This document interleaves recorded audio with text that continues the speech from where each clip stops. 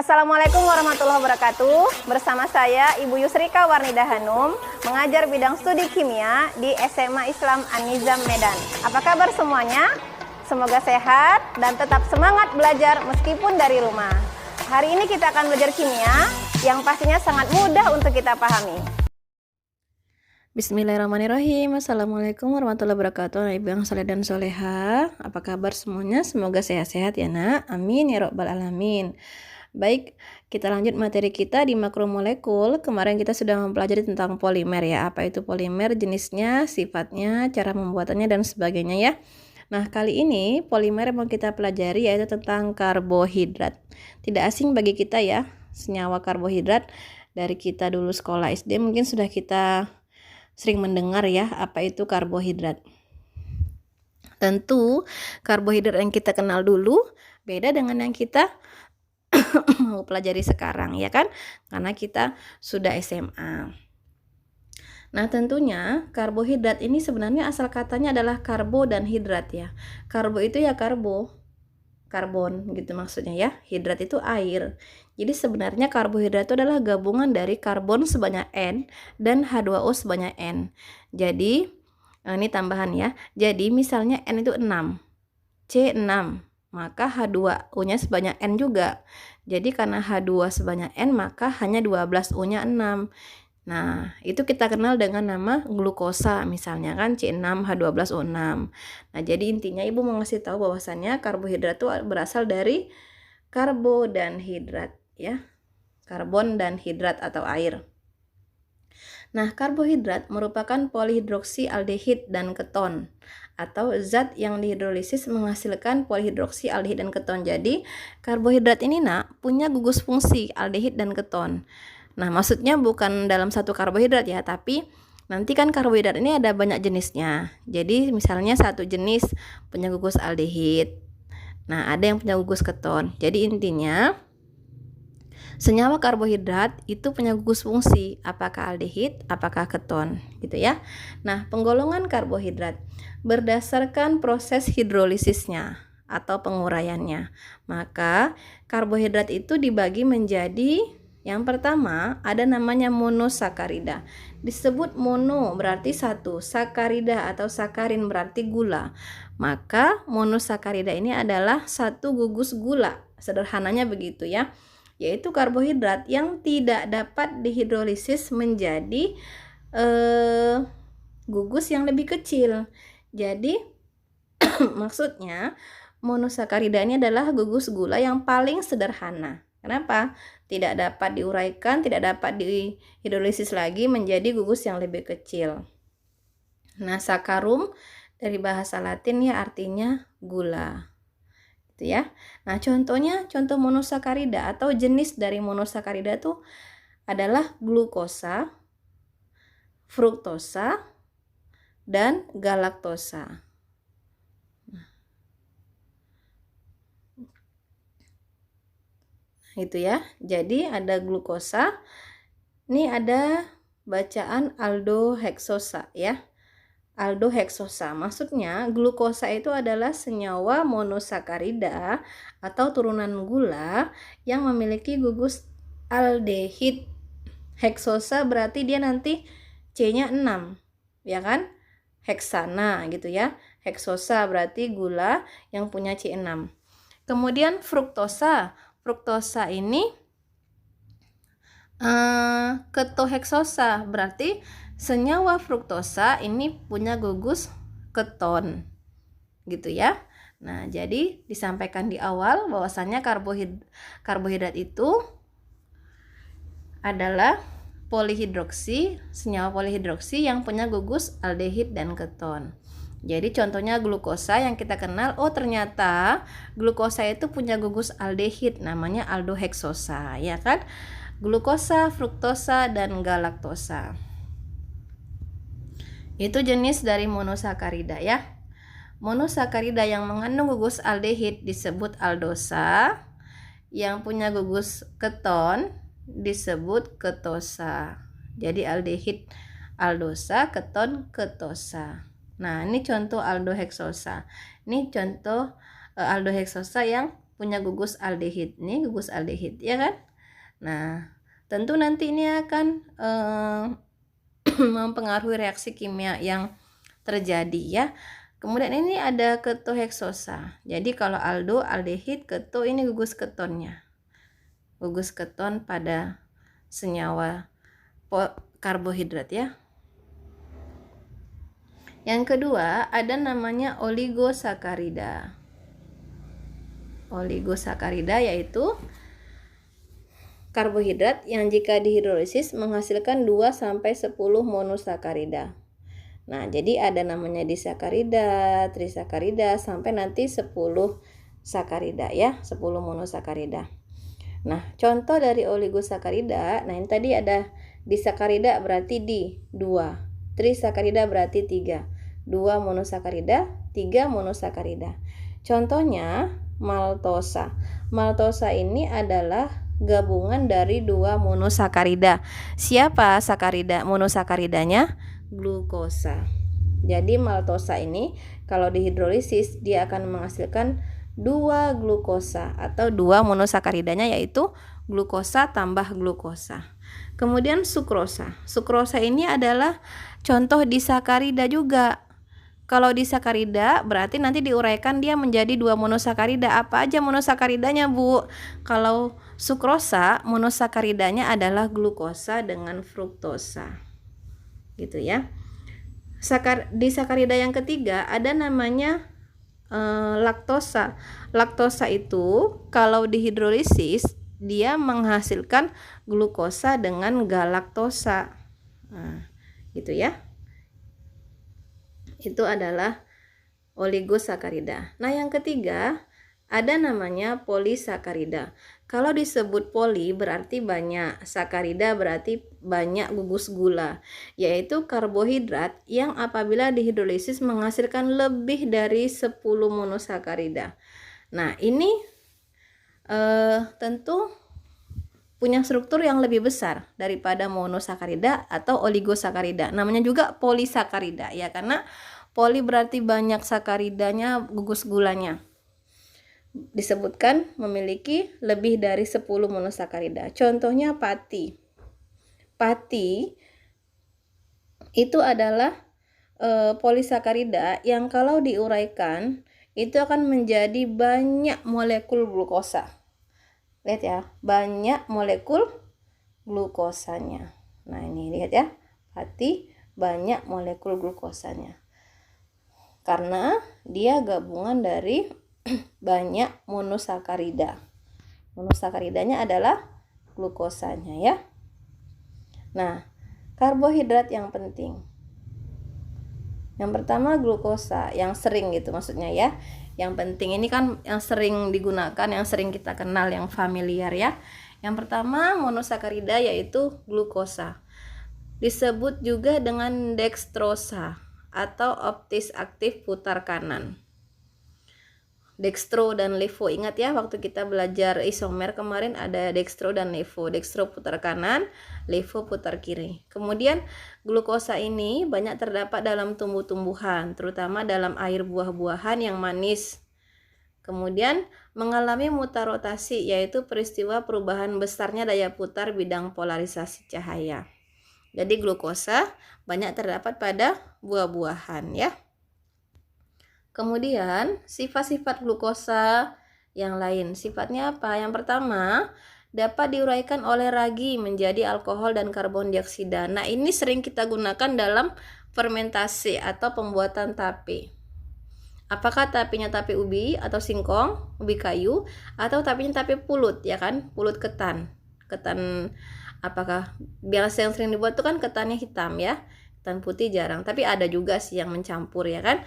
Nah, jadi glukosa ini dapat diuraikan oleh ragi menjadi alkohol. Jadi kalau kita lihat fermentasi dari glukosa, fermentasi atau peragian ya dari glukosa, glukosanya terdapat di ketan dan di ubi, ya kan? Di ubi dan di ketan tuh ada glukosa. Difermentasi menghasilkan alkohol dan air, ya kan? Dan karbon dioksida. Nah, jadi alkohol ada dihasilkan di situ. Alkohol yang dihasilkan pada fermentasi atau pembuatan tape yang kita makan itu adalah etanol. Jadi terjadi fermentasi dari glukosa menjadi alkohol. Alkoholnya dengan kadar yang rendah masih boleh kita konsumsi ya. Dan kalau kadar yang tinggi baru nggak boleh kita konsumsi ya. Dan ini kan alkohol alami kan, fermentasi secara alami dengan ragi ya. Kemudian dapat mereduksi reaksi Fehling. Ingat ya, di awal tadi bahwasanya glukosa itu punya gugus aldehid atau aldoheksosa, sehingga yang membedakan senyawa aldehid dan keton adalah reaksi Tollens dan Fehling. Kalau gitu, kalau glukosa punya gugus aldehid, maka glukosa ini tentu dapat bereaksi dengan reaksi Fehling dan Tollens karena dia punya gugus aldehid, ya kan? Dia bereaksi positif atau menunjukkan reaksi yang positif dengan reaksi Tollens dan Fehling. Nah, kalau dengan Fehling, dia menghasilkan endapan warna merah bata. Kalau dengan Tollens nanti akan menghasilkan cermin perak. Itu terjadi pada senyawa yang memiliki gugus aldehid, ya. Nah, cermin perak membentuk endapan perak yang membentuk cermin pada dinding tabung. Jadi kalau glukosa itu bisa direaksikan, diuraikan dengan ragi secara fermentasi menghasilkan alkohol. Kemudian glukosa juga bereaksi positif dengan reaksi Tollens dan Fehling ya, seperti pada senyawa aldehid yang lainnya. Monosakarida yang juga penting sering kita gunakan adalah fruktosa. Fruktosa ini disebut juga levulusa atau putar kiri ya. Dalam keadaan bebas terdapat dalam buah-buahan yang manis dan madu. Jadi fruktosa ini sering disebut dengan gula madu. Kalau glukosa itu gula buah, kalau fruktosa ini gula madu karena fruktosa ini kandungan dari madu ya. Sifat-sifat fruktosa. Larutan fruktosa dalam air bersifat optis aktif putar kiri. Kemudian dapat diuraikan oleh ragi menjadi alkohol dan karbon dioksida. Kemudian dapat mereduksi larutan Fehling dan larutan Tollens. Disakarida, tadi monosakarida ya, sekarang disakarida. Yang terkenal ini gambar apa? Gambar tebu. Gambar pohon tebu ya. Disakarida nih. Pada disakarida, masing-masing monosakarida penyusunnya dihubungkan dengan ikatan COC yang disebut ikatan peptida. Salah, maaf. Ikatan glikoksida, ikatan peptida nanti ya pada protein. Nah, ikatan glikoksida. Rumus molekulnya kalau disakarida ya, C12H22O12. Kemudian jenis disakarida itu ada 3. Ada maltosa, sukrosa, dan laktosa. Sukrosa disebut juga dengan gula tebu, makanya gambar tebu ya, gula tebu. Sukrosa itu banyak terdapat dalam buah-buahan terutama pada tebu, maka disebut dengan gula tebu. Gula tebu nanti ini kita buat untuk proses pembuatan gula pasir ya. Jadi gula pasir yang kita gunakan sehari-hari itu adalah sukrosa. Sifat-sifat sukrosa. Sukrosa tidak dapat mereduksi larutan Fehling dan Tollens sebab sukrosa tidak mengandung gugus aldehid maupun keton bebas ya. Kemudian hidrolisis sukrosa menghasilkan glukosa dan fruktosa. Jadi sukrosa ini glukosa tambah fruktosa. Kalau maltosa, glukosa tambah glukosa. Kalau laktosa, glukosa tambah galaktosa ya. Nah, pada pemanasan yang kuat, gula tebu menjadi berwarna coklat dan berubah warna ya. Dan berubah menjadi zat-zat campuran yang disebut karamel. Jadi bolu karamel itu bahan dasarnya adalah gula yang dipanaskan mencair, nanti berubah warna menjadi kecoklatan gitu ya. Terus dibuatlah jadi bahan buat bolu karamel. Gitu ya. Nah, jadi hidrolisis sukrosa disertai perubahan arah bidang putar polarisasi cahaya dari kanan menjadi kiri. Peristiwa ini disebut dengan inversi, sehingga campuran glukosa dan fruktosa yang diperoleh disebut gula invert. Nah, nama lainnya gula invert ya. Kemudian maltosa. Maltosa dapat diperoleh dari hidrolisis pati dalam suasana asam atau dengan enzim diastase. Maltosa ini kan nama lainnya apa? Gula tepung. Maksudnya dia ini banyak pada pati-pati gitu ya, pada tepung-tepung. Tepung sagu, tepung jagung, tepung tapioka pada ubi gitu ya. Nah, tepung gandum ya kan. Sifat-sifat maltosa dapat mereduksi reaksi Tollens dan Fehling. Hidrolisis maltosa dalam suasana asam atau dengan enzim maltase menghasilkan 2 mol glukosa. 2 molekul glukosa ya. Bersifat optis aktif putar kanan. Itu sifat dari maltosa. Nah, laktosa. Laktosa ini sering disebut dengan gula susu. Laktosa terdapat dalam susu dan diperoleh secara teknik dari susu sapi. Rasanya tidak semanis gula tebu. Sifat-sifat laktosa dapat mereduksi reaksi Fehling, dapat dihidrolisis dalam suasana asam atau dengan enzim laktase, menghasilkan, lihat ya, menghasilkan glukosa dan galaktosa. Jadi laktosa gula susu ini kalau dihidrolisis menghasilkan glukosa dan galaktosa. Kemudian yang ketiga, bersifat optis aktif putar kanan.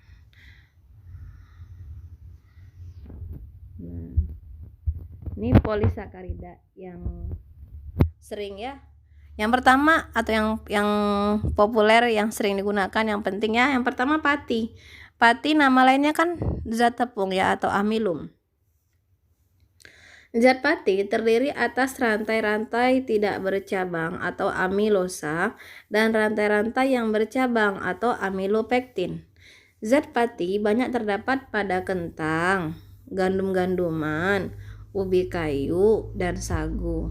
Itu ya. Jadi kalau tumbuhan ini diambil patinya kan menghasilkan amilum atau zat tepung. Iya kan? Kentang kalau kita biarkan, kita potong-potong, dibiarkan, nanti ada tuh mengendap kayak amilum gitu, kayak zat tepungnya mengendap dia ya. Ubi kayu juga begitu kan? Ubi kayu kalau diparut, dibiarkan, nanti ada endapannya, sarinya, patinya. Jagung, sagu juga begitu ya. Nah, itu namanya pati yang merupakan jenis dari polisakarida. Sifat-sifat pati atau amilum ya. Yang pertama, pati sedikit sekali larut dalam air dingin, tetapi jika dipanaskan dengan air akan menjadi gel atau kanji. Nah, pada pemanasan selanjutnya akan menghasilkan koloid. Larutan zat pati koloid bersifat optis aktif putar kanan. Daya reduksinya sangat kecil. Kemudian dengan larutan iodin atau iodin dalam larutan Ki, yang penting ada iodinnya. Di Ki ini kan ada iodinnya ya. Iodin berlarut dalam larutan Ki membentuk Ki3 berwarna biru. Nanti kalau ditanya misalnya identifikasi amilum atau karbohidrat yang dengan iodin menghasilkan warna biru gitu ya. Kemudian hidrolisis pati menghasilkan glukosa dan dextrin. Yang kedua ada namanya glikogen. Glikogen terdapat dalam hati.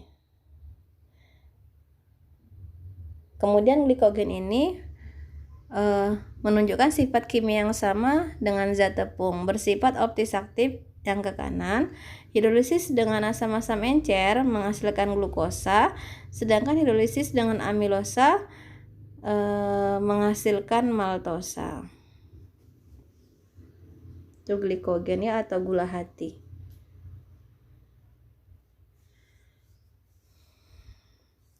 Yang ketiga, selulosa. Selulosa ini kita kenal terdapat pada dinding atau batang ya, dinding dari sel tumbuh-tumbuhan. Hidrolisis selulosa menghasilkan glukosa sebagai hasil akhir. Kemudian selulosa ini sifatnya tidak larut dalam air, tetapi dapat larut dalam pelarut Schweitzer atau larutan kuprioksida amonia. Selulosa tidak dapat dicerna oleh perut manusia, tetapi dapat dicerna oleh sapi dan hewan lain dengan pertolongan bakteri ya. Jadi maksudnya selulosa ini tidak dapat kita cerna ya, kecuali dengan oleh sapi atau hewan dengan pertolongan bakteri. Jadi karena dia lebih keras ya sifat dari selulosa ini. Baik anak ibu, demikian materi kita tentang karbohidrat ya. Secara kimia sudah kita ketahui bagaimana gugus fungsi dan sifat-sifatnya, kegunaannya, hasil hidrolisisnya juga kita udah pelajari ya. Semoga bisa dipahami, menambah ilmu dan wawasan kita bersama. Nah ibu, terima kasih. Sehat-sehat ya. Sampai berjumpa kembali insya Allah. Assalamualaikum warahmatullahi wabarakatuh. Sekianlah pembelajaran kita hari ini. Sampai jumpa di video pembelajaran selanjutnya.